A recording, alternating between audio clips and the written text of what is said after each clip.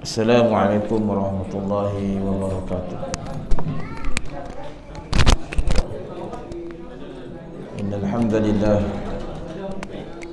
hamdalillah nahmaduhu wa nasta'inuhu wa nastaghfiruh wa nastahdihi wa nastaghfiruh wa na'udzu billahi min shururi anfusina wa min sayyiati a'malina.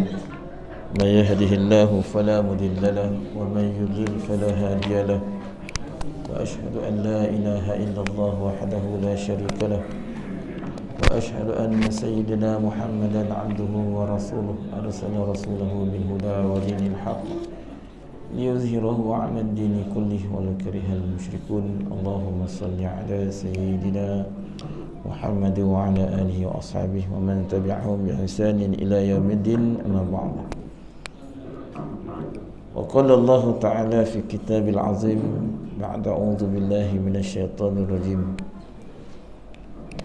بسم الله الرحمن الرحيم والعصر إن الإنسان لفي خسر إلا الذين آمنوا وعملوا الصالحات وتواصوا بالحق وتواصوا بالصبر. وقال النبي صلى الله عليه وسلم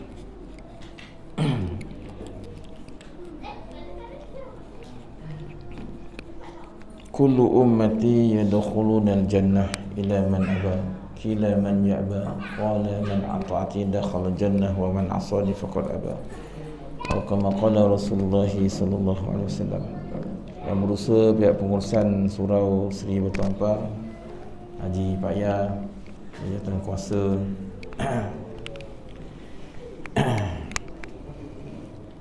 tuan-tuan dan puan ibu ayah yang dirahmati Allah Subhanahu wa taala, anak-anak yang dikasihi, alhamdulillah hari ini agak meriah kan. Ya. Dengan anak-anak dan sebagainya, mudah-mudahan ya. Dan kita menyambung kita punya pembacaan kitab Tanbihul Ghafilin. Tanbihul Ghafilin iaitu peringatan bagi yang lalai ataupun peringatan bagi yang lupa. Jadi kita membaca ni sebenarnya kita muhasabah sama-sama lah ya. Sebab dalam Tanbihul Ghafilin ni dia bab hati kan. Yang ghaflah ni, yang lalai ni, yang selalu lupa ni kita lah ya. Ini peringatan tu untuk kita sendiri. Jadi bila kita baca ni mungkin ada kisah-kisah yang mungkin kita jarang-jarang dengar. Jadi merupakan kitab yang tabar ni, di dalam bab tasawuf, dalam bab hati ya, peringatan kita.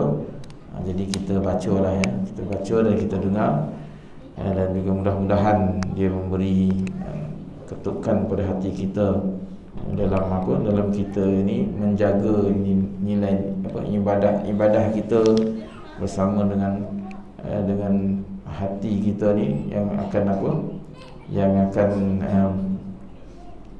boleh menyebabkan seseorang itu mungkin ibadah dia akan terhakis disebabkan tak jaga tentang hati. Jadi hari ini kita telah masuk di dalam bab apa? Di dalam tajuk silaturahim dan sambungan daripada muka surat 139 ni.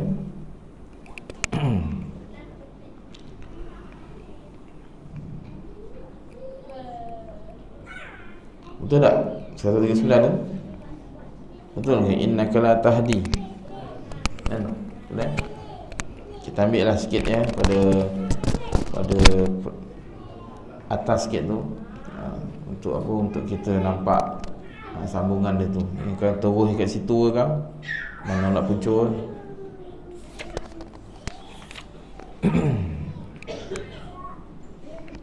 Kisah Uthman bin Maz'un.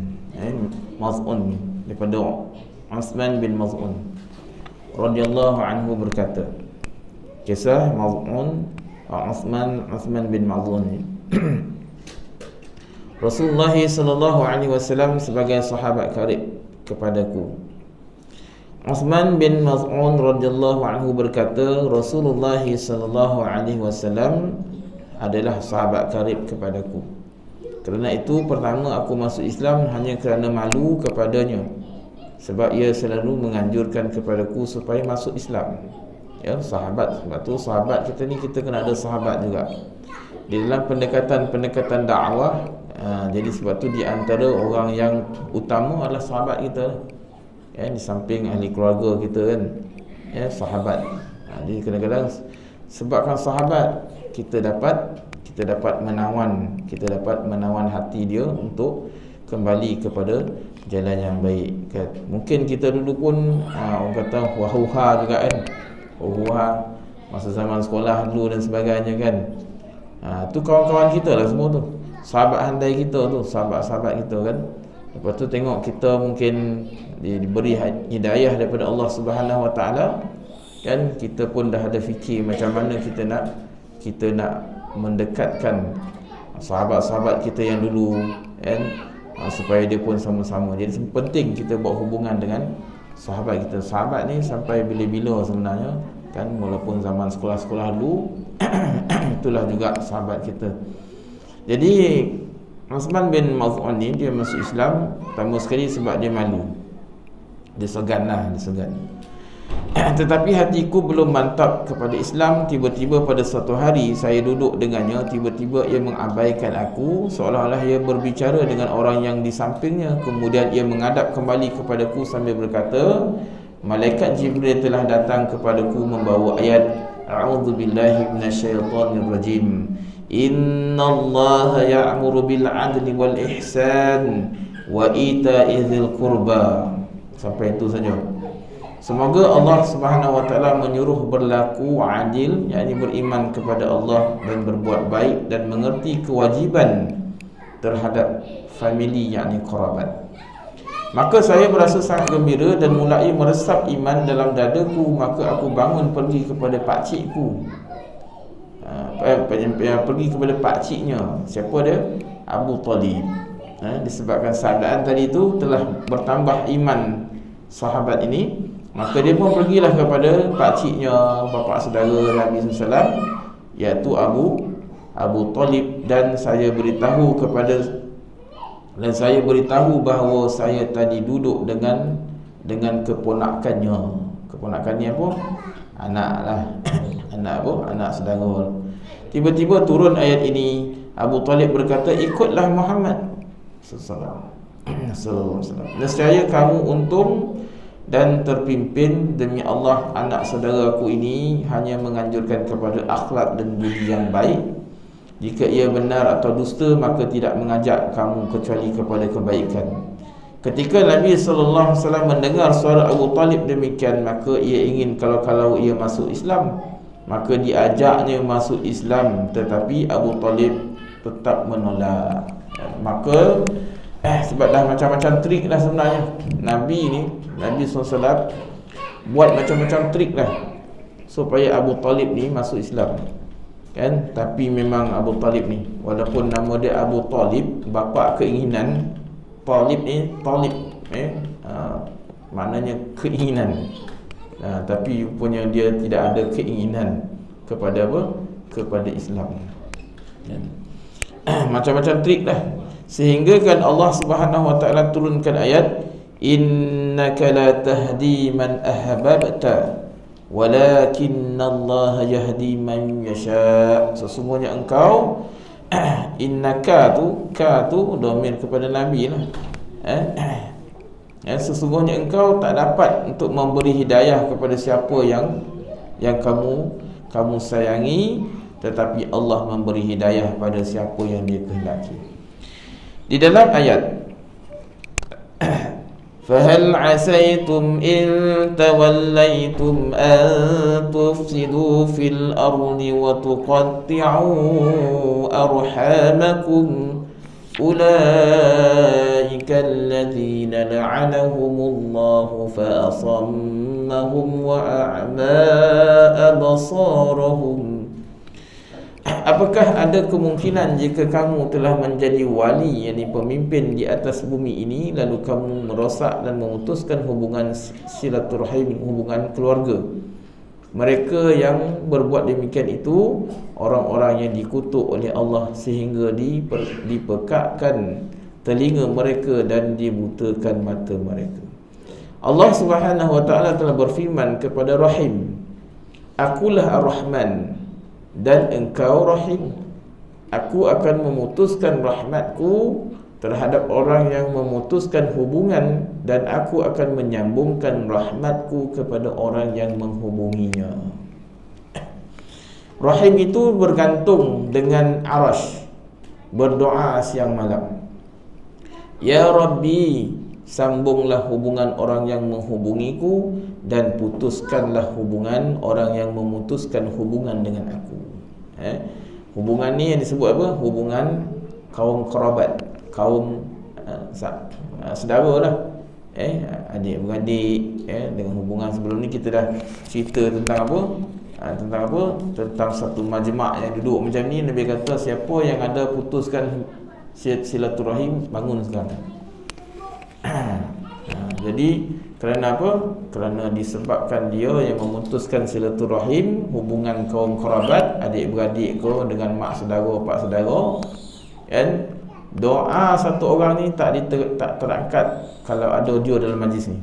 Jadi dia pun bangun terus dia pergi kepada mak saudara dia ceritakan tentang keadaan ini, dan terus mereka saling mengistighfar, kan? Al-Hasan Al-Basri berkata, jika manusia terlampau menunjukkan ilmunya dan mengabaikan amal perbuatannya, dan kasih sayang hanya dengan lidah, sedang dalam hati mereka penuh rasa benci, dan memutuskan hubungan family, hubungan keluarga, maka mereka akan terkutuk, yakni dilaknat oleh Allah Subhanahu wa taala, maka dipekakkan dan dibutakan mata hatinya. Yang itu mungkin lebih baik padanya, kan? Banyak peringatan kan tentang kalau lah macam tu, lebih baiklah keadaan itu lebih baik pokak dan juga buta mata tu, wa'iyadzubillah. Jadi kita buatlah hubungan. Zaman sekarang ni macam-macam. WhatsApp yang ada kumpulan grup dan sebagainya, dia boleh menjadi sama ada penghubung ataupun boleh juga menjadi sebab keretakan ataupun sebabnya perbalahan. Jadi macam mana pun berhati-hatilah. Kita buat hubungan yang baik dengan sanak saudara, dengan kita punya adik-beradik apatah lagi.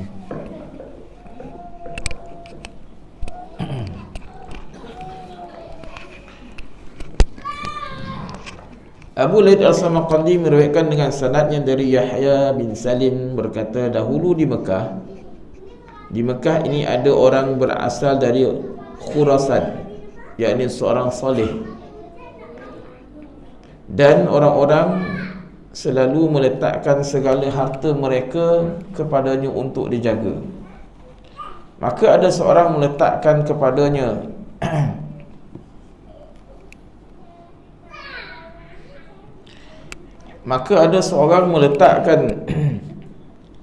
kepadanya wang 10,000 dinar. Lalu ia pergi untuk kepentingannya. Satu orang yang soleh, yang amanah, yang dipercayai lah, duduk di Mekah satu ketika dahulu, yang berasal daripada Khurasan.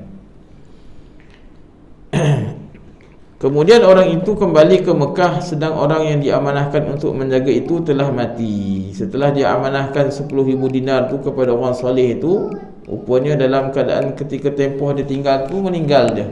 Maka ia bertanya kepada keluarga dan anak-anaknya tentang harta jagaannya itu. Dijawab, kami tidak mengetahui apa-apa, sebab dia tidak memberitahu apa-apa kepada kami. Lalu orang itu tanya kepada ulama di kalangan fuqaha yang banyak sekali di Mekah. Maka dia pun buatlah rujukan, macam mana ni, saya dah amanahkan hartanya 10,000 dinar, matilah dia, tanya dengan waris tak tahu. Lalu orang itu tanya kepada ulama-ulama fuqaha yang banyak sekali di Mekah, saya amanahkan kepada fulan 10,000 dinar dan kini orang itu telah mati, dan saya tanyakan kepada keluarga dan anak-anaknya, mereka menjawab tidak mengetahui hal itu, maka bagaimanakah pendapatmu? Maka jawab ulama yang ditanya itu, kami berharap semoga orang itu minal jannah, makna daripada ahli syurga, daripada min ahli jannah, daripada ahli syurga lah. Nanti malam jika telah lewat tengah malam, maka pergilah engkau ke Zamzam dan panggillah namanya di dalam perigi Zamzam itu. Katakan, ya fulan bin fulan, sebutlah nama dia, saya yang titip kepadamu itu. Maka dilaksanakan nasihat itu, dan dipanggil nama orang itu sampai 3 kali, tetapi tidak ada jawapan padanya, tak ada jawapan apa-apa. Maka ia kembali kepada para ulama yang memberitahu kepadanya. Mereka berkata, inna lillahi wa inna ilaihi raji'un. Ni kisah ni tuan-tuan dengar lah ya, tengah kesahihan dia nanti kita cerita nanti. Kami khawatir kalau kawanmu itu ahli neraka, ya, sebab kalau ahli neraka, ya, di kalangan roh tu ada di telaga Zamzam. Bila sebut panggil nama fulan bin fulan, fulanah binti fulanah, mesti ada yang menjawab. Tapi tak ada pula. Sekarang kata dia, sekarang engkau pergi ke Yaman dan pergi ke Beirut, kan, ataupun disebut kepada satu telaga tu. Di sana ada perigi. Perigi dia panggil perigi apa? Perigi Berahut. Jika lewat tengah malam engkau panggil, ya fulan, sayalah yang titip wang kepadamu, dan ketika ia memanggil, salah satu telah mendapat jawapan. Rupanya dia punya tompek dia dekat telaga Barahut. Dia panggil apa? Telaga Barahut di Yaman. Lalu ditanya, kasihan engkau, mengapakah engkau di sini? Padahal engkau dahulu seorang yang baik, ya, kerana di sinilah roh-roh di antara min ahli nar, daripada roh-roh daripada ahli neraka. Maka dijawab, saya mempunyai keluarga di Khurasan, maka saya putuskan hubungan dengan mereka sehingga mati. Maka Allah Subhanahu wa taala menuntut aku dengan ini, menempatkan diriku di sini, adapun hartamu masih tetap ada, dan saya tidak mempercayakan harta kepada sesiapa walaupun terhadap anak-anak saya. Harta itu saya tanam di rumah, maka engkau minta izin kepada anakku untuk masuk rumahku, kemudian engkau masuk dan menggali di tempat yang saya tunjuk itu. Segera ia kembali dan minta izin kepada anak-anaknya untuk menggali tempat yang ditunjuk itu, maka benar bahawa hartanya masih utuh semuanya, masih lagi baik semuanya, kan? Ya, kalau kita dengar tentang kisah ni di kalangan puak-puak Wahabi, memang dia tolak lah, kan, tentang kesahihan telaga Barahut ni, ya, maknanya ataupun roh-roh orang mukmin berada di telaga Zamzam, kan. Jelah, cuma berlaku perselisihan. Jadi kita mengambil pendekatan di sini, ya, untuk kita mengambil apa yang dinasihatkan, memutuskan silaturahim. Kesan daripada apa? Kesan daripada apa? Walaupun dia satu orang yang soleh, satu orang yang dipercayai, tetapi rupanya ada apa? Ada di sebalik yang kita tak tahu, dia memutuskan hubungan kerabat, kan. Sebab tu disuruh kita ni untuk apa? Untuk menyambungkan, untuk kita mempereratkan hubungan kerabat, silaturahim kaum kerabat, dan bertakwalah kepada kamu, kan, kepada Tuhan yang kamu sebut namanya, kan. Di dalam apa, selalu dalam khutbah nikah disebut tu, kan. Abu Laid Al-Samarqandi berkata, jika seseorang itu dekat dengan familinya, dekat dengan keluarganya, maka hubungan keluarga itu berupa hadiah-hadiah dan silaturahim. Ziarah jika tidak dapat membantu dengan harta, maka cukup dengan tenaga. Dan jika jauh, maka hubungannya dengan surat menyurat. Hari ini kita walaupun jauh, walaupun PKP kan, walaupun PKP tak dapat itu ini dan sebagainya, ada lagi saluran yang Allah Ta'ala bagi dengan apa? Dengan WhatsApp ke, kan? WhatsApp lah, saya sebut WhatsApp lah, Telegram ke dan sebagainya. Jadi buatlah hubungan apa yang kita rasa boleh menghubungkan, mendekatkan hubungan kita. Sebab tu kadang bila di post kan, kita respon lah kan, Assalamualaikum, semoga hari ini adik-adik semua berada di dalam lindungan Allah dan diberkati rezekinya kan. Amin kita pun. Itu di antara lah. Di antara apa kita respon kan. Ini tak kono sekejap kan dah left ke tak kan. Left tanpa sebab, ni mesti ada apa benda ni. Itu pun dikira lah sekarang ni uruf kita dekat sini kan, waqi' yang ada ni. Kerana apa? Memang realiti dah masyarakat macam tu kan. Apatah lagi di dalam jabatan-jabatan pun semua surat menyurat dah tak ada lagi dah. Dulu sampai surat bawa ada tugas, ini tugas dulu baru surat kan. Sebab benda tu dah jadi apa? Dah jadi kepentingan, keperluan kehidupan kita. Samalah dengan hubungan kekeluargaan kita. Maka buatlah hubungan yang baik dengan adik-beradik kita, khususnya kepada keluarga kita. Abu Lail As-Samarqandi, jika surat menyurat, dan jika dapat mendatangi maka ia lebih utama. Dapat ziarah, dapat jumpa lebih baik. Ketahuilah bahawa silaturahim itu mengandungi 10 keuntungan. Yang pertama, mendapat keridhaan Allah, sebab Allah menyuruh bersilaturahim yang disebut tadi kan. Allah Ta'ala berkata kepada Rahim, akulah Ar-Rahman dan engkaulah Rahim, aku akan memutuskan rahmatku terhadap orang yang memutuskan hubungan, dan aku akan menyambungkan rahmatku kepada orang yang menghubungkannya. Mengembirakan mereka kerana ada hadis yang mengatakan bahawa seutama-utama amal ialah menyenangkan orang mukmin. Nanti kita tengok nanti ada lagi kan. Dah habis. Kegembiraan malaikat kerana malaikat senang dengan silaturahim. Mendapat pujian kaum muslimin, menjengkelkan iblis, menambah umur. Menjengkelkan ni apa?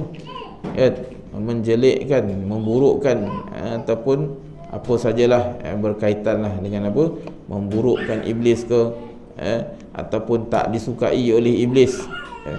Menambah umur, menjadi keberkatan rezekinya, menyenangkan orang-orang yang telah mati, kerana orang yang meninggal itu senang jika anak cucunya bersilaturahim. Memupuk rasa cinta di kalangan keluarga sehingga suka membantu bila memerlukan bantuan mereka.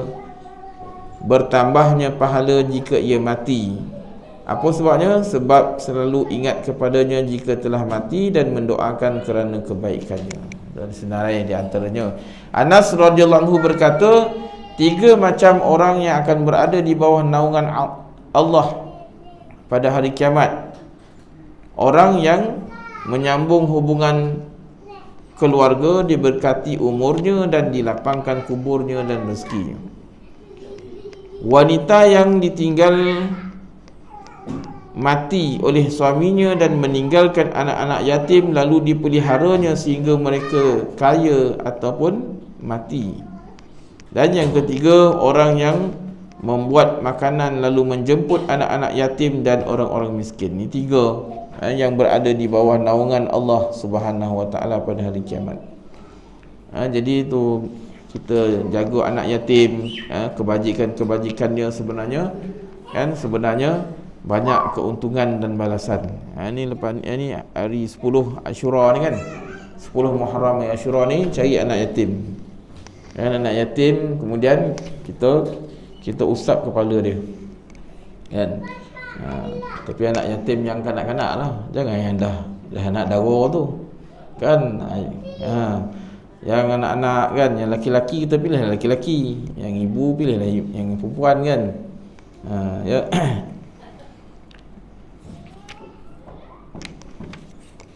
Al-Hasan berkata, Rasulullah sallallahu alaihi wasallam bersabda, dua langkah manusia yang disukai oleh Allah. Yang pertama, langkah menuju solat fardu.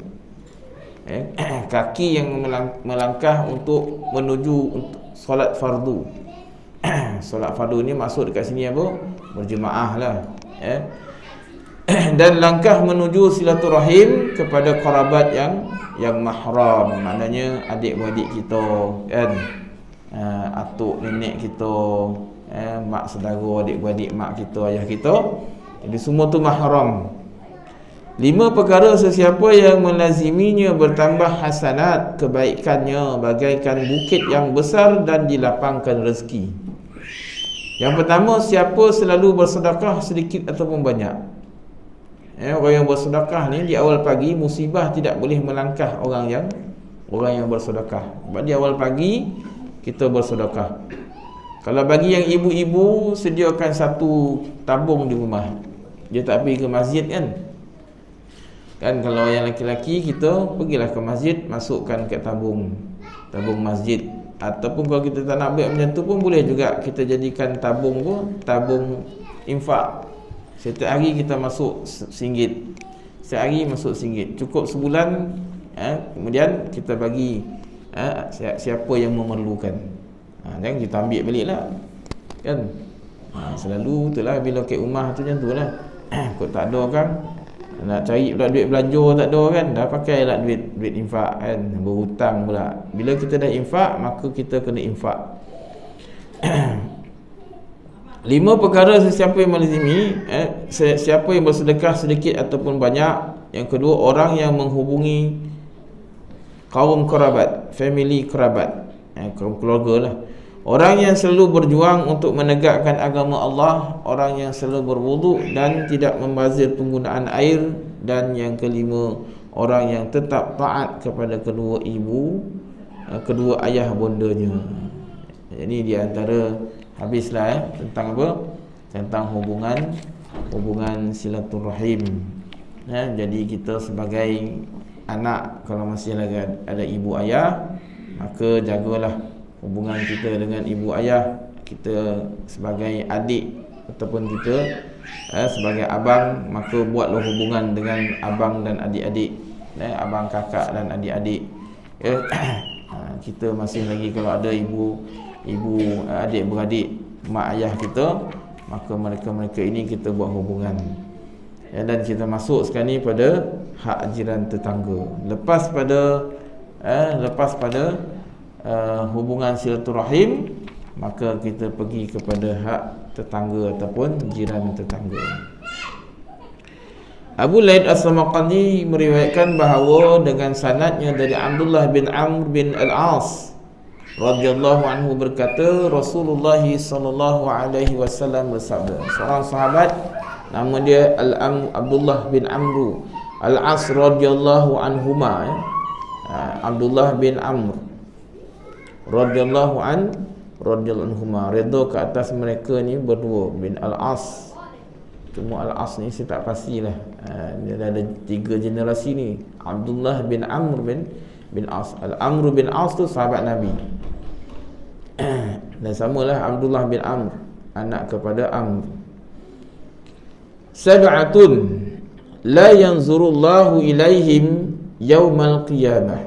7 macam ataupun 7 perkara, 7 keadaan orang yang tidak akan dilihat oleh Allah. Wa iyadzubillah. La yanzurullahu ilaihim yaumal qiyamah.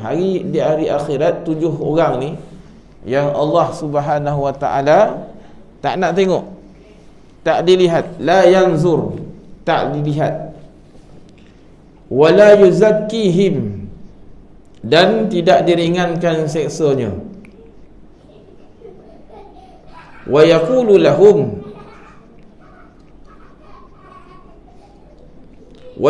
lahum udkhulun nar ma'ad dakhilin. Dan mereka ni pula diperintahkan masuk dalam neraka bersama-sama dengan orang-orang yang nak masuk ni.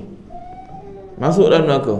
Allah Ta'ala tak nak tengok dia, kan? Allah Ta'ala bahkan tidak diringankan seksanya dan diperintahkan, dihalau masuk ke dalam neraka bersama dengan ma'ad-dakhilin, bersama-sama orang yang masuk neraka. Segerombolan orang yang masuk neraka. Yang pertama disebut apa? Al-fa'il wal maf'ul. Disebut situ al-liwat. Siapa dia ni? Liwat, kan? Ataupun dipanggil apa? Dipanggil apa? Kaum Lut ni lah, kan? Maknanya lelaki dengan lelaki, kalau perempuan dengan perempuan, ya. Wanakihu yadah, orang yang bersetubuh. Lain dia punya terjemahan ni. Wanakihu yadah, maknanya orang yang berseronok, orang yang nikah dengan yadahu, dengan tangan dia, onani, ya. Yang apa? Orang yang maknanya dia terjemahkan nombor 3 ni. Orang yang Yunani dia kata. Orang yang memuaskan nafsu dengan tangannya. Wanakihu bahimah, orang yang ini baru kata wanakihu, orang yang bersetubuh dengan binatang. Wanakihul mar'ati fid duburiha, orang yang disebut nakihu tu maknanya orang yang bersetubuh lah dengan wanita. Ni terjemahannya tu lain macam lah tu. Ini bahasa Indonesia ni, kan? Kita tak sesuai kita cakap tu. Indonesia maksud dia punggung, kan? Maksud dia disebut PAN kan. Ada terjemahan dia ni kita tukarlah, dubur lah, maksudnya dubur. Orang yang bersetubuh dengan wanita di dubur. Sebab kata dia punya ni pun fi duburiha, dengan pada dubur, maknanya bukan pada kubul, bukannya kubul, maknanya liwat di kalangan orang perempuan lah, kan? Yang macam tadi tu dia berkata fa'ilu wal maf'ul ni, liwat ni maknanya dah memang lelaki dengan lelaki lah, mana tompek lagi, kan? Jadi orang perempuan ni dia, kalau dengan orang perempuan haram hukumnya mendatangi isteri, walaupun halal isteri kita, dengan yang tak sepatutnya, maknanya kita ni zalim lah, bukan situ dia punya tempat. Jadi kalau berlaku perkara ni, dia termasuk di kalangan yang Allah Ta'ala tak tengok sikit pun dia. Kemudian wajami'ul mar'ati wa banatiha, orang yang berzina dengan isteri jirannya. Wajami'ul mar'a, bersetubuh wanita berzina. Dia wajami'ul mar'ati, ini silap ni, bukan apa ni. Dia wazani bihalilati jarih, yang itu ya orang yang berzina dengan isteri jirannya.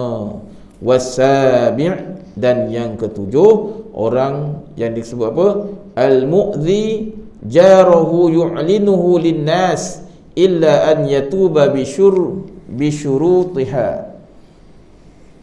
orang yang mengganggu jirannya terang-terangan kecuali jika taubat dengan memenuhi syarat-syarat taubatnya. Jadi ini di antara 7 golongan yang termasuk di antara orang yang Allah Ta'ala besok tak tengok. Jadi yang kita nak tekankan di sini apa dia? Hak jiran. Orang yang mengganggu jirannya terang-terangan kecuali jika taubat dengan memenuhi syarat-syarat taubatnya. Abu Laid Al-Samarqandi meriwayatkan dengan sanadnya dari Abdullah bin Mas'ud radhiyallahu anhu berkata, Rasulullah sallallahu alaihi wasallam bersabda, "Wallazi nafsi biyadihi la yuslimu 'abdun hatta yaslaman nas min qalbihi wa lisanihi wa yadihi. Demi Allah, tidak seorang hamba sehingga selamat semua orang dari gangguan hati, lidah dan tangannya. Bila disebut sini, la yuslim abdun, tidaklah satu orang tu, demi Allah tidak seorang hamba sehingga selamat semua orang dari gangguan hati, lidah dan tangannya.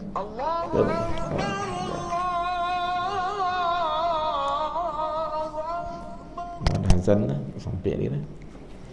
Boleh sikit lagi, kita habis sikit. Boleh ke? Kita berhenti pada demi Allah tidak seorang hamba sehingga selamat semua orang dari gangguan hati, lidah dan tangannya. Kan, ataupun ada satu lafaz yang lain, kan, bukanlah satu orang yang Islam, kan, bukan satu orang Muslim, sekiranya orang tak selamat